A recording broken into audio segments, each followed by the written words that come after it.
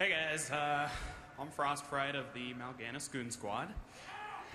And a couple months ago, I probably would have been up here nitpicking about some minor issue with the Death Knight, but I just want to say, like, you guys got it pretty much perfect in Cataclysm. They look really great. Yeah, exactly. Time to go. But so I decided to ask like a more fun question. The Lich King has a lot of really cool abilities that Death Knights could probably use. Have you guys ever put any thought into maybe giving us like Defile or Infest?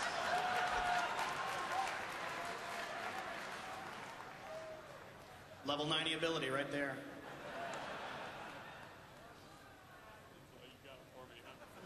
Thanks.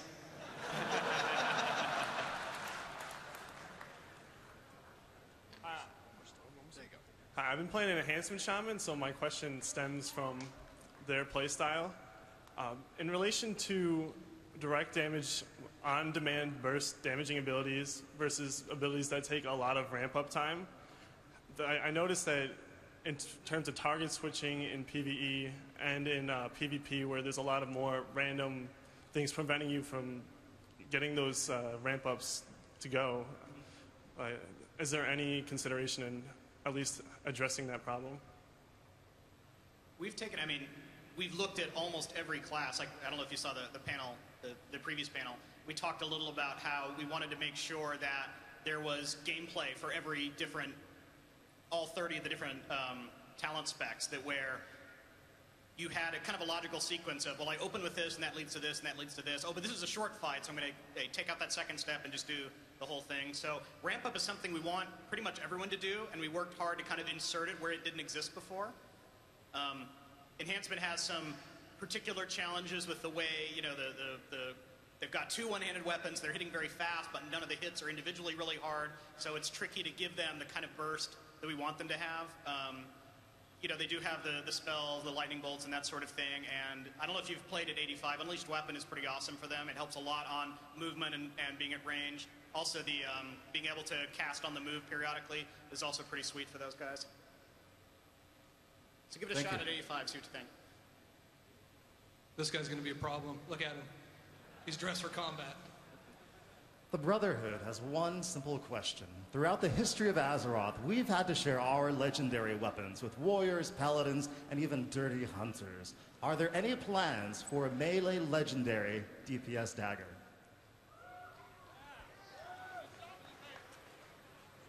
I can't say that we have a specific weapon that we're working on right now. We'll definitely keep that in mind. One of the things that we think about when we create a legendary is we do want it to get used by a variety of different classes, because we don't make legendaries very often. And if we're not going to make them very often, we want them to be usable by a lot of people when we do. So it's a little bit dicey to make a dagger, since it's kind of narrow in terms of how many classes can use it. We decided on a staff yesterday, by the way. Just letting you know. Sweet.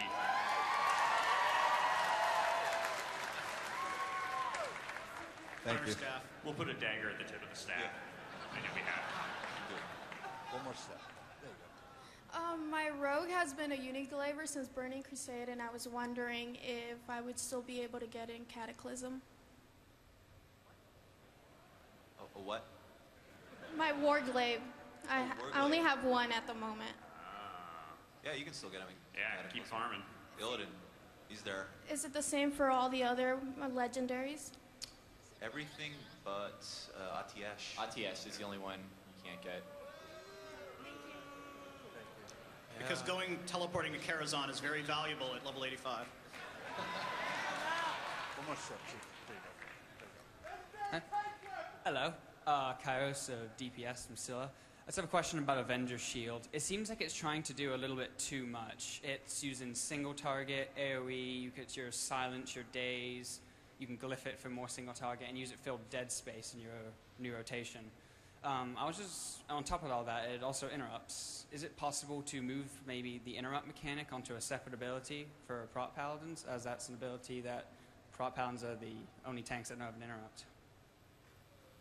Yeah, I think to answer the interrupt question first, I think we've talked about that we want to make sure that protection has an interrupt we don't. I've said before, we view it more as a quality of life thing than like a I can't function without it thing. But we're not against doing it. I think we'll get there eventually. On the Avenger Shield question, we were purposely trying to kind of use that as a showcase for the new glyph system, where the major glyphs in particular are there for utility, and you can kind of decide, I want to apply this major glyph here or not. The daze on Avenger Shield is very useful in some situations, PvP for example. It's not always useful when you're trying to pull things towards you and you don't necessarily want them dazed. So we're trying to see if the glyphs feel cool there, and we could be wrong and they feel like a burden that you're having to swap them around all the time. Sometimes with abilities like that if an ability is too narrow, it can be a little boring because there's always like the right and wrong time to use it. So I actually think abilities are more interesting if they can fill a couple of unique purposes, and it's up to the player to decide, do I want to use it now? Like, I can use my Avenger Shield now for a lot of damage, but that means if there's a straggler coming into the fight later, it might be on cooldown for that. So we try to use that a little bit as a test of player skill to decide when's the right time to use it, rather than always being like crystal clear that now's when I hit that button. Thank you. This is more of an aesthetic question, but has anybody ever given thought to changing the glow on Death Knight's eyes from blue to red to green, depending on what spec they are or what presence they're in?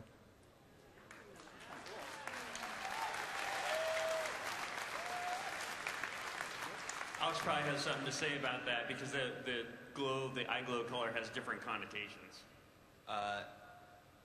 No, we haven't. It might get a little too Christmas tree-y, it sounds like. We like that there's some consistency there, I think, from just a gameplay perspective. When you see the blue eyes, whether it be on an NPC or a PC, it reads Death Knight, death. So, but, Chris, anything to add here? We could talk about it. No, I mean, I think that, green, red, those things have very specific meanings in the game as well. Like, you don't want it to read a spell. And if you start getting into those categories, it starts blurring those lines. So, yeah, I mean, I agree that we like it. We feel like it represents that class very well, and it's probably something we will change. Right. For example, we generally use red glowing eyes to represent demonic. So we try and build that sort of easy distinction so that if you see a character that's got red glowing eyes, there's some sort of demonic influence, versus the blue glowing eyes, it's got scourge influence, that kind of thing. Thanks. Thank you. Hi, I have a question about Kata PvP design balance.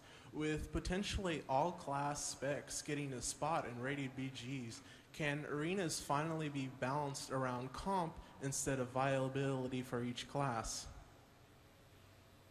I think that for the most part, our approach to balancing arenas will still stay somewhat similar. I mean, I think it's going to take a little bit of pressure off of individual, class spec balance issues, but really not that much. And we want arenas to stay viable and be well balanced. So I know that we're still going to look at that. Just because battlegrounds are likely to be a little bit more of a more easily balanceable environment doesn't mean we want to forget about the problem. One thing I can add to that, it's kind of a scary change. We're going to see how it goes. But Mortal Strike, the presence or absence of that has always been tricky for arena comp balance. So we recently, for beta, took Mortal Strike all the way down to a 10% healing debuff, which is that's going to have ramifications. We're not entirely sure of them. It's going to be good for some guys and bad for others, so we'll see how that goes. Thank you.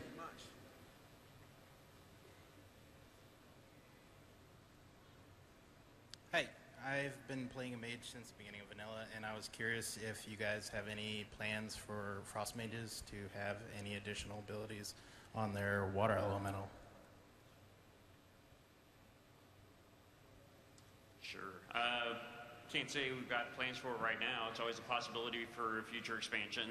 The water elemental, we'll have to see how the permanent water elemental shakes out to know how much we can really invest into it.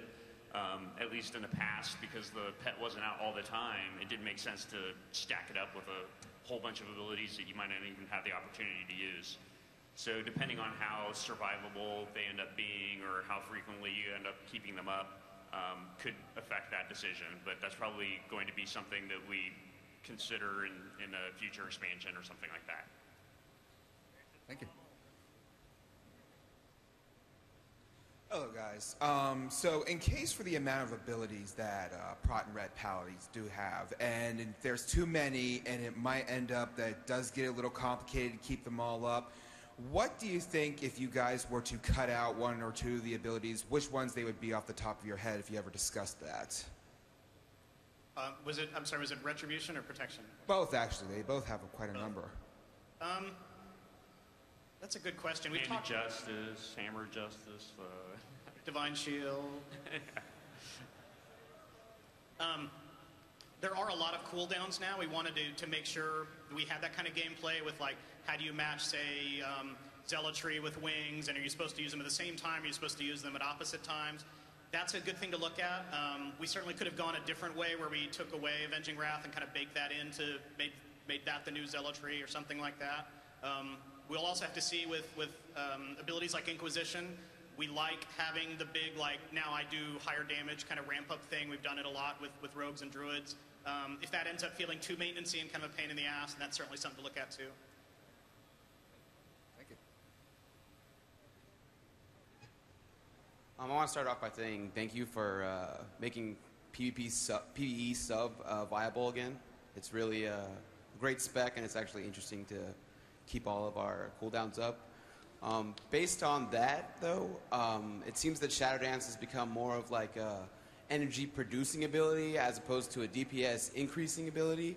I was wondering if that was the intent, or if that's just how it happens to be at 80. I'm sorry, I heard Subtlety, but what was the individual ability you mentioned? Shadow Dance? Oh, Shadow Dance, yeah. So, of course, the challenge with Subtlety is we want that to be the rogue spec that's based around being sneaky and kind of, you know, attacking someone out of the shadows. And too much of that kind of gets into the, you know, the rogue problems we're trying to fix, where they either pull it off and the enemy's dead, which is awesome if you're a rogue, or you screw it up and you're dead, which is not so awesome if you're the rogue. So all of those kind of like the movement, the sneakiness are supremely difficult to balance, which is why we always run into so many problems with Subtlety. We'll see how Shadow Dance plays out a little more in... We haven't done a ton of high-end level 85 PvP in beta, so that's a great thing to keep an eye on. I wouldn't say that we went out of our way to change the function of the ability. It's more of like trying to make sure that it's not such a binary thing that either works or it doesn't. Thank you. Hi. I was just wondering, with the Moose Mount, during the Olympics, Stephen Colbert gave it the Colbert bump, and I was just wondering, do you hate Canada for not introducing the mount, or was it, do you do not fear Stephen Colbert? Obviously, we hate Canada.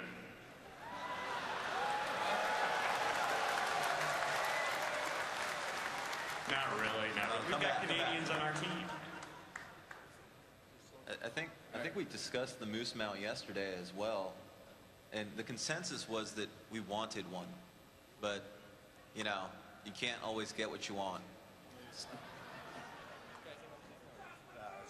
I know. Were you guys talking about moose mounts? Yeah. Yeah, we were saying like the moose mount, the special ability would be that it would stand in the middle of the road, and then the goblin car would come and run it over. And then it would fall, and that's about it. I'm thinking Sparkle Moose myself. Ooh. With wings.